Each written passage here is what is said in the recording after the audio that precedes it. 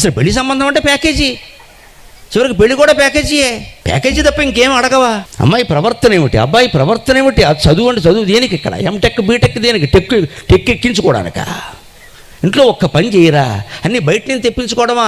Swiggy Zomato నొక్కు, రేపు పేక నొక్కుతారు కూర్చొని. ఎక్కడ ఏదో దోశ వేయలేరా, అట్ట వేయలేరా, ఎక్కడి నుంచో తెప్పించాలా? దరిద్రం ఇది.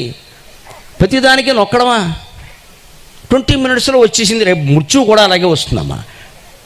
20 minutesలోనే వస్తుంది మృత్యువు. ఎందుకంటే తిన్న పదార్థాలు అటువంటి, వాడు అందులో ఏం కనిపడో మనకు తెలియదు. ఇక్కడ మీ అమ్మాయికి వంట వచ్చునా అని అడిగేవాళ్ళు లేరండి. ఇక్కడ పెద్ద పెంట చేయడం వచ్చినా అని అడుగుతారు అంతే. వంట అక్కర్లేదు, నేను వండను నువ్వు వండద్దు. మరి ఎవరు వండుతారు? స్విగ్గీ జొమాటో వాడు వండుతాడు.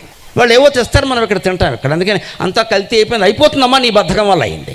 ఈ ధనానికి సంబంధించిన ప్రస్తావనలు పక్కకి వెళ్ళిపోయి సేవాభావం, త్యాగభావం, అంకిత భావం ఉందా లేదా? లేకపోతే బ్రహ్మచారిగా ఉండిపోయినా మంచిదే, పెళ్లి కాకపోయినా నష్టమే లేదు.